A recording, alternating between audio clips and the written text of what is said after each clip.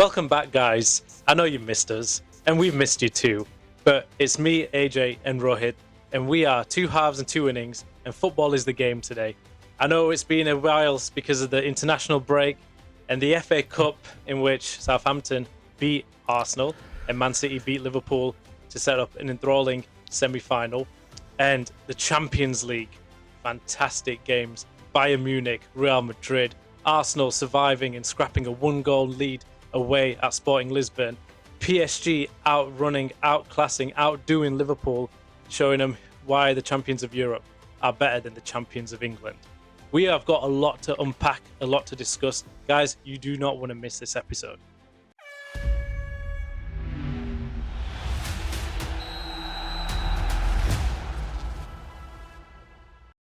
Hi there, guys, and welcome back to another episode of Two Halves, Two Innings Football Podcast. And again, like I said, I know it's been a while. I know you missed us, and we've missed you even more. Rohit, how was your week? Has it been okay? Yeah, it started pretty bad with us losing the FA Cup quarterfinal. It was awful, man, awful. And then until the last minute, I was thinking, oh man, this is gonna get worse, right? Imagine if Sporting scored. But then Kaya Havertz came in. Oh my god! Again, it's half time. I'm very happy. At least it ended well. Yeah. Perfect. I mean, yeah, the weekend, it was a great one for me. I celebrated the head shaving ceremony of my son. And now he looks like prime bald Wayne Rooney 2008, 2009. And so he looks like he can take a free kick from 30 yards now. But going back to the FA Cup, I know quickly we'll talk about it because it's been a few days, but just coming off the back of a Carabao Cup final loss against Man City and now getting knocked out at another tournament, going from a quadruple hope to now only maybe thinking about a double, the Champions League and the Premier League. I mean, how does it feel? Does it feel like it's maybe dented the momentum with Arteta? Obviously, they pulled it back in the Champions League, but that's got to be a big blow for the team and for Arteta. Not even a Premier League side. And I think the interesting stat was Arsenal haven't faced a Premier League side in the FA Cup, if it serves me well. I don't think they had. I think they had a very easy run in. So Rohit, that 2-1. Just go through with me. Like, how do you feel about that result? Man, I was so sad about that result, man. Especially after, when we lost against City, I thought, okay, that's a one-off game. We didn't play well. So we need to bounce back. We need to just show like we are back. We need to show we are not like just cup teams, or we are not like the team who can like derail their season like this. But obviously quadruple, never been done. It's like impossible to do it, especially the way now every team plays, how tough the Premier League is, how tough every 2-3 days we play a game. So no sane Arsenal fan was even thinking about quadruple. For me, I always say, priority is the league. That's it, Premier League. I don't care about anything else. But everything else was bonus for me, especially going that far to the cup final and then losing it the way we lost, and then ridiculous. But then I thought, okay, it's Southampton. Then obviously Rice didn't play the internationals. Saka didn't play the internationals. Some players came back, but the narrative, everyone said, oh, look at Arsenal. They're bringing the players back. They're playing the game. They've been like doing what Sir Alex used to do. They shouldn't be playing. They should be banned. Blah blah blah. They were saying so many things on the papers, in the narrative, on Twitter, social media. But they were actually injured. No one actually played. To be honest, they didn't. No one actually. The players who actually, if you see, I think if still the team should have won that game that night. We had more chances. We had more shots on target. Yeah, we should have won that game. But again, it's FA Cup magic. You never know what can happen in FA Cup. And unfortunately, that happened, right? If you look at Leeds and West Ham, I think that was a fantastic game. 2-0 Leeds. West Ham coming back in the injury time to make it 2-2, and what a penalty shootout, and bringing on such a young keeper for West Ham. That was a very ballsy decision. But again, obviously they'll talk about the likes of Kepa, and I think Kepa was in net, wasn't he, for the FA Cup game? Yes. I wonder what Kepa has on Arteta to make him start these cup games, or what has he got on him? But moving away from the FA Cup, because obviously that's old news, and you had to then go against Sporting Lisbon, and I was watching the highlights of the game because obviously there was a better game that was going on anyway at the same time. But But for Arsenal, they just look like they're just needing to grind out results. It's not a Need. perfect performance, but they No, did no. obviously get a goal. But I But think Gyökeres was offside, yeah, and that it was a was a great wonderful ball. I goal think actually. What it a was a good great goal. goal It was that a good was. pass, Yeah, great pass yeah, as well from yeah. Gabriel. I think it was Yeah, yeah, to Gyökeres, and I yeah. think that's where again he needs that. I think he thrives off of that, where there's a good quick through ball in between the lines. I mean, Gyökeres, that was a homecoming for Gyökeres. I mean, going Yes, back to Sporting yeah. Lisbon, but Sporting looked very good in that But first Ajay, exchange, that first few minutes. They hit they the haven't crossbar. lost. Exactly, they haven't lost since August at home. They even beat PSG there this year. So they haven't lost it. So that game on paper everyone might say, oh, it was easy for Arsenal. It will be easy for Arsenal. But as you know, no game in Champions League is easy, especially in the quarterfinals. So they deserve it to be. They deserve to be there, and they were in the form team. They haven't lost at home for 14, 17 games. So it was a tough game. And we came out with a win last minute. Obviously, I would have taken the draw at that time. Okay, let's say. But then again, that save from Raya when they hit the crossbar, that Yeah. saved a tiny faint touch actually helped Arsenal. And then he made another 2 saves in the second half, again kept Arsenal in the game. So that's why you need a great goalie to be behind your solid defense. Without that, like what happened with Kepa, right? He should have caught the ball in the cup final, right? So if it was That's true, Raya, yeah. we wouldn't have lost that game, I suppose. I think that's what a lot of the fans and the punditries have been Yeah, saying they is were. why not use Why Raya, not? because the likelihood of goalkeepers getting injured is Yeah. quite low unless you're Alisson. But it's But that's it's it. That's Raya it. should have Raya. I Yeah. mean, to be fair, I think he's getting to be one of the best goalkeepers It's getting in the better. Premier It's League. getting better. You Yeah. know, I mean, if you look at Arsenal's, if you look at when the last time you won the Premier League, I think it was a David Seaman. No, That was Jens Lehmann, Jens German. Lehmann. Yeah, Jens Lehmann was there. Yeah. He was good. He was good. Then before that, David Siemens. Yeah. Yeah, and obviously you've had Petr Cech. You know, you've Oh had yeah. yeah. I think he just came at Because the wrong time. Yeah, he he came at the wrong wasn't. time, Yeah. and a few keepers that were obviously went under the radar. But I mean, if you look at Aaron Ramsdale and then you look at David Raya, I mean, the upgrade is unbelievable. I mean, generally on the whole, I think David Raya has kept you in competitions, and Yes. would like maybe win you the Premier League with the Yeah. points saved Yeah. from his saves. And I think he has, for a keeper who not necessarily is quite the biggest keeper or the tallest keeper, Mm. he can make some really good fingertip saves. And I saw a few Yes. shots that Sporting had, and he looks dominatory in the box. He opens up and spreads himself really wide. And I think he deserves a lot of praise. I think apart from that Wolves game where he did that mistake with Gabriel, I think he's been really, really good.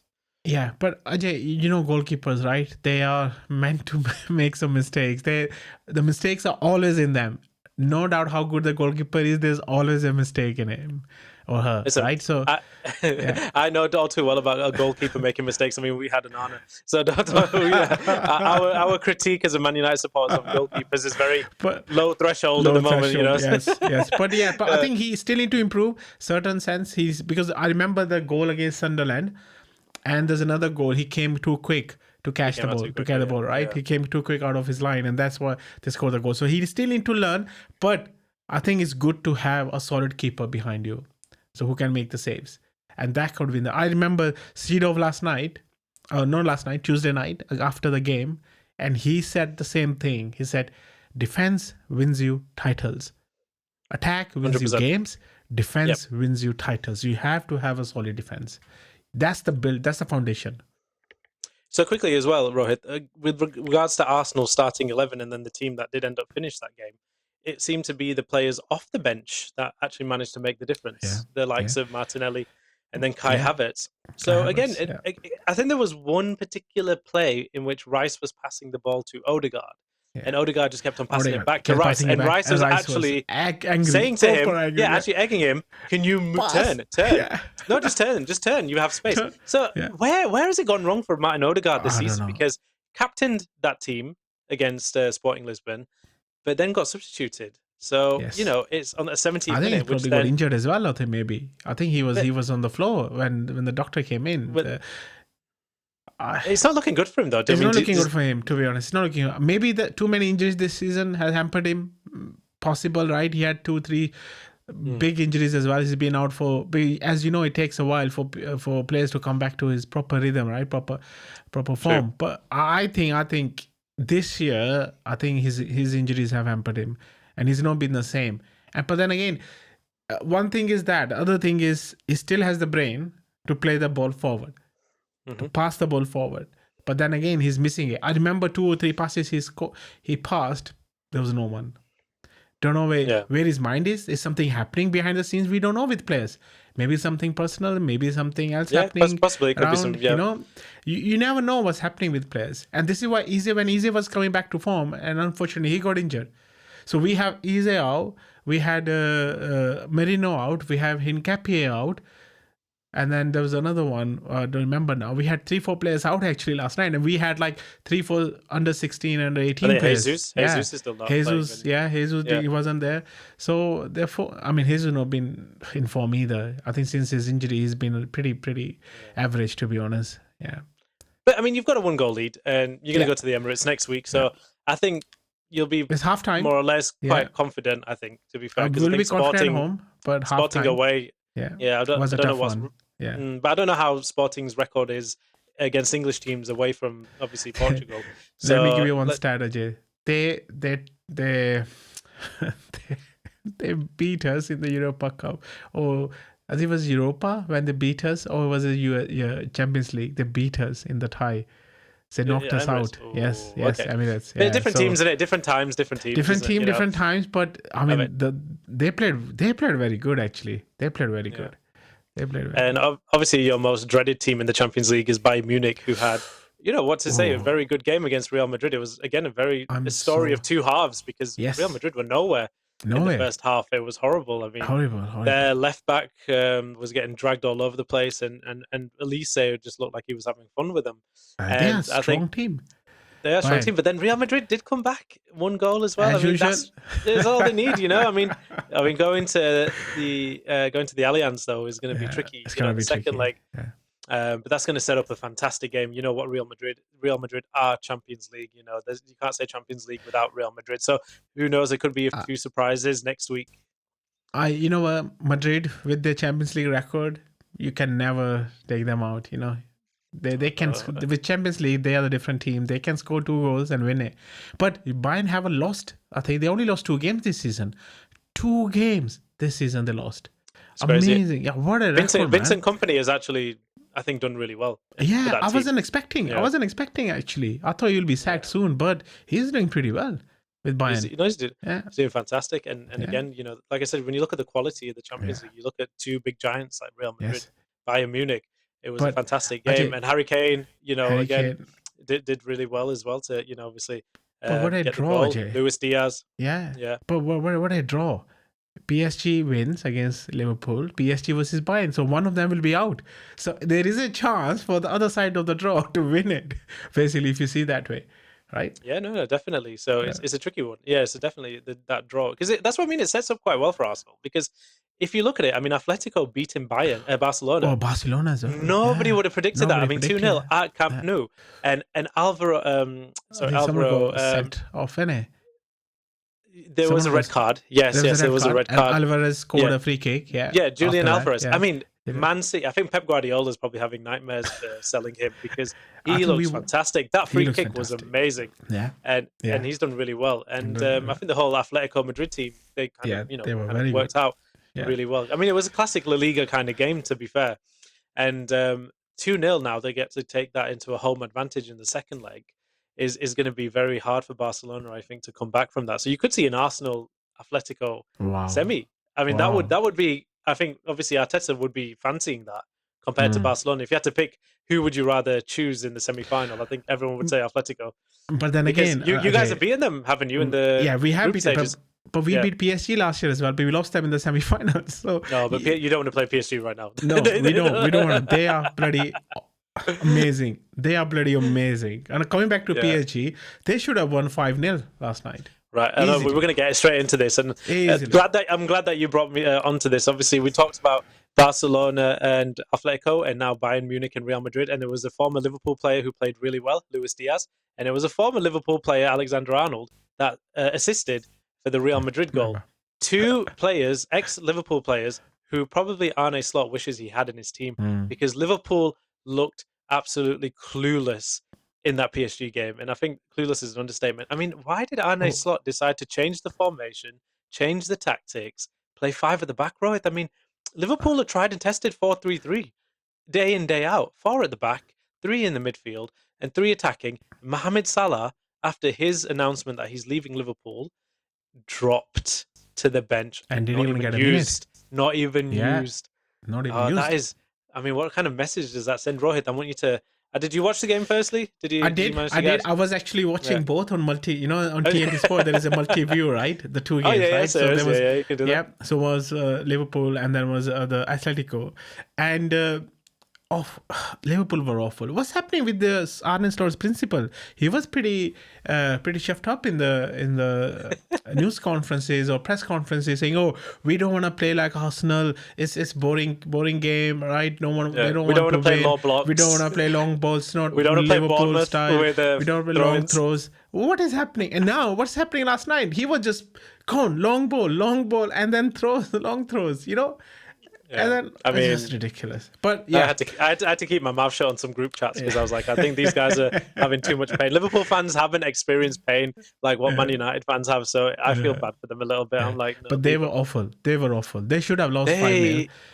I think in the history of, if you think of Champions Leagues and you think of British teams, English teams, you think Liverpool are probably the best. You know, 6-time winners. Yes. You know, they put the heart on. They could be poor in the domestic, league, but they will turn up for Champions League nights.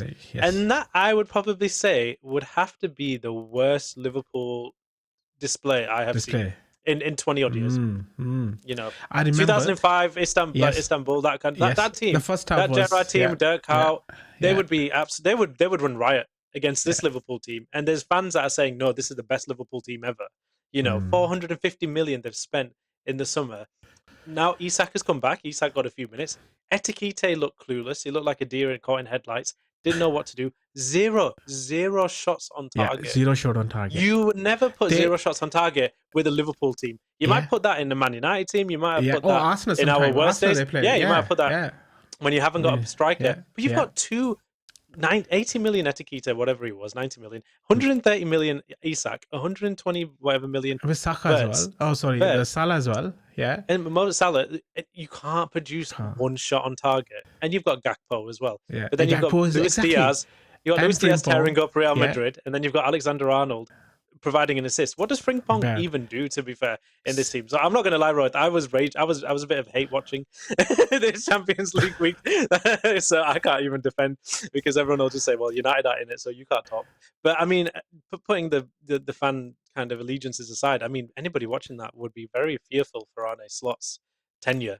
You know, I don't know whether there's a report. Maybe he might want to leave by mutual consent by the end of this year. Players are not playing for him. Should he get sacked now? He should get sacked. I think he should get sacked because what happened with Arsenal? Would you do it now? Against? Yeah, I will do it now. Tonight. That's to save the season. Give a new manager bounce to beat PSG in the second leg. So they need to sack him now. They're not going to win it with Arne Slot on there. I think he's confused. But guys, don't make this as a meme, right? I think you're not gonna win it with Arne Slot. But Ajay, look at this, right? Look at this way. Players are not playing for him. Salah was very frustrated last night, and then Slot's message was like, "We need to defend. There was no point wasting Salah's energy." What? You need to at least score 1 goal to take it back. You will go lucky. You did not win. You did not lose 5-0.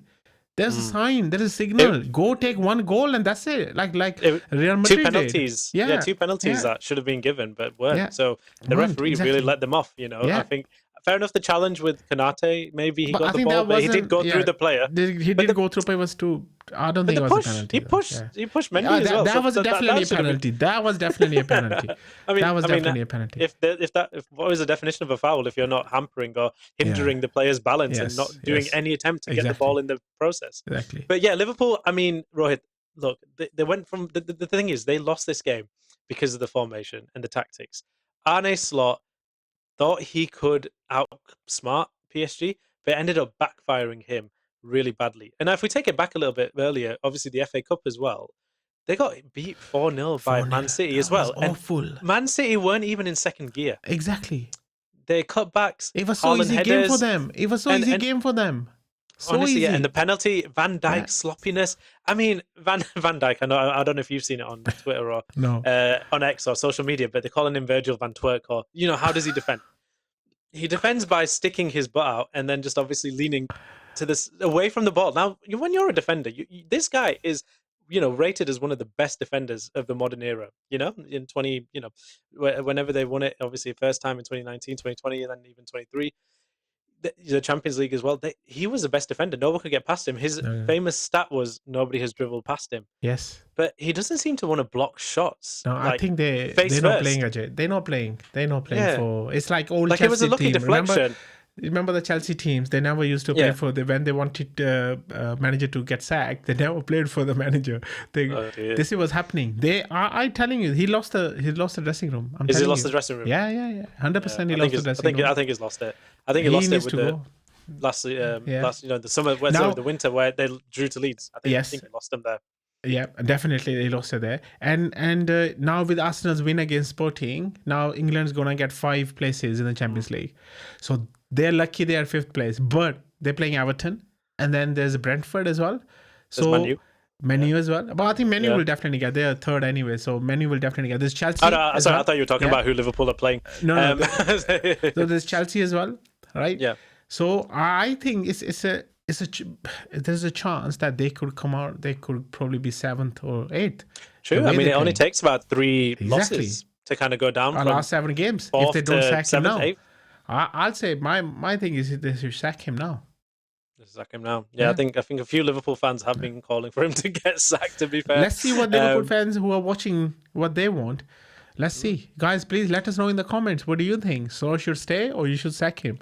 I think Slot should stay. I think he's doing a fantastic job, to be fair. For opposition fans, right? 5 more years. Give him the contract. Give him the papers.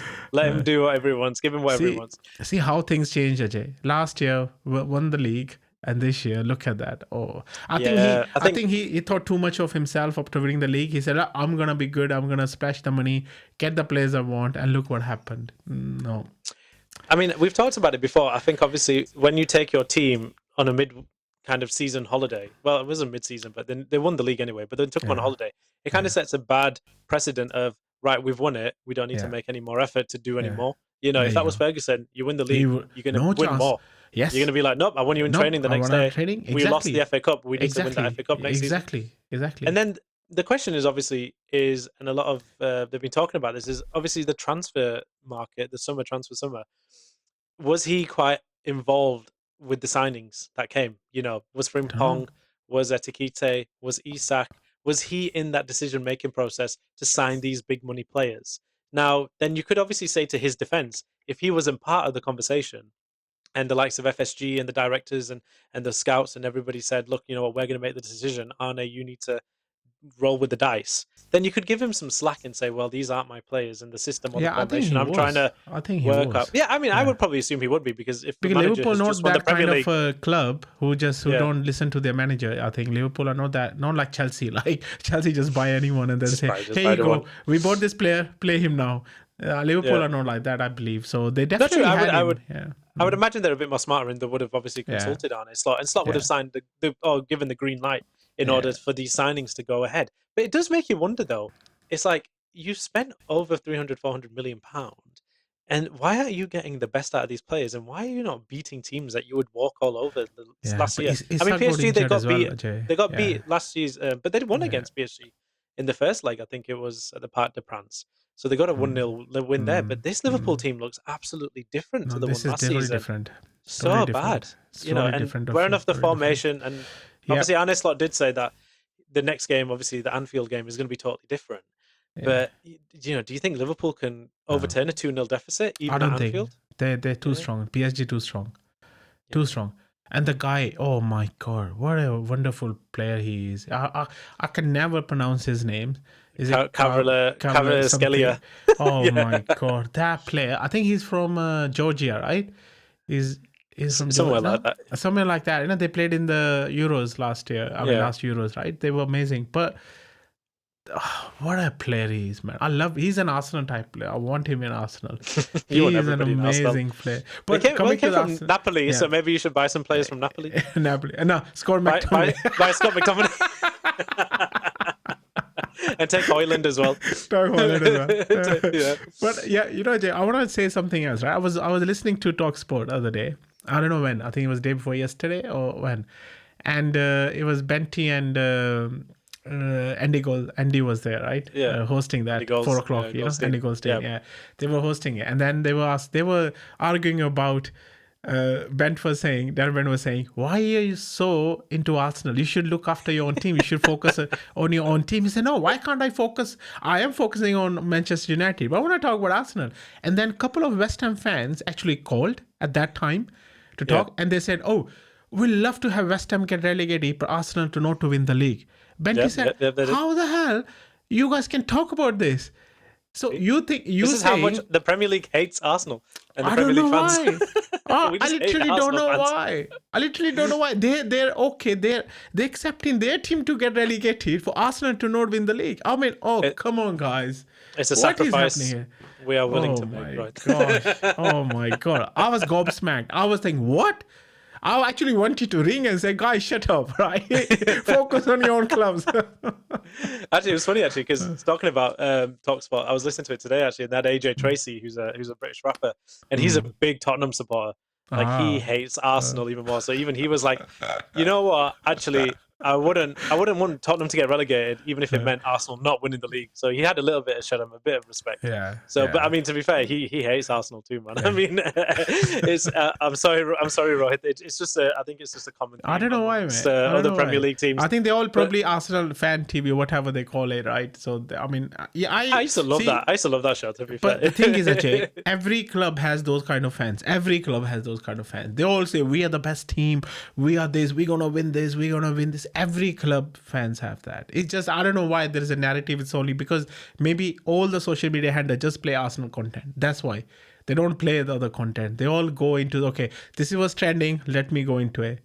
Let me put something about Arsenal, and people will just put comments in and then blah blah blah. Anyway, enough of that. Yeah, I was actually I was laughing. I said, "My God." Yeah, I mean, to be fair, that's a lot of people do not want Arsenal to win it. But I mean, right, aside from obviously now we've had 2 competitions. We've had the FA Cup, which you've lost the game. Champions League, you've won the game, and now we go back to the Premier League this weekend. So very quickly, you guys have got the unfortunate circumstances of where you've got an early kickoff.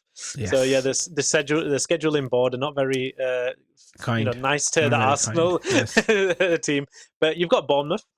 So there's no Semenyo with Bournemouth. But again, Bournemouth are a very well-organised team in Europe at the Emirates. But what are you thinking? What are your thoughts and predictions? I think it's going to be tough. They are a bogey team, Ajay. They are a bogey team. You've said that about a few teams. Yes, yeah. I mean, no, literally, they are a bogey team. I have enough confidence, but then again, Eze's not there. Odegaard probably not going to play either. So I'm worried about is going to be another 1-0 to the Arsenal, or is it going to be another corner, or is it going to be free kick or something? But I think because the thing is, we played the 2 games since international break, and Bournemouth haven't, so they had 23 days rest. But that could backfire them as well because they won't be fit enough to match fit to play. But that could help us. But Bournemouth are tough. I think they're unbeaten in the last 11 games. I think, aren't they? Well, they've drawn the last 5. They've drawn the last 5. Yeah, it could be a draw. But what are your predictions then? Just go from. What I think I'm going for 1-0 to the Arsenal. I think it's going to be a tight game for us. We don't have Eze, we don't have Odegaard, probably won't play either. So we're going to struggle a little bit. Yeah, no, I think well, Bournemouth had a 2-2 against us just before the break, which obviously was a bit heartbreaking. Yeah. But I think that it might be another draw. I mean, they've done it 5 times before. I'm just thinking it could be a 1-1 draw. And it's a 12:30 kickoff, that they're never the best games. At least at home. I'm very happy, at least at home. Yeah. It's not at the stadium, Vitality Stadium. I'm very happy at home. Yeah, that would have been tough over there, man.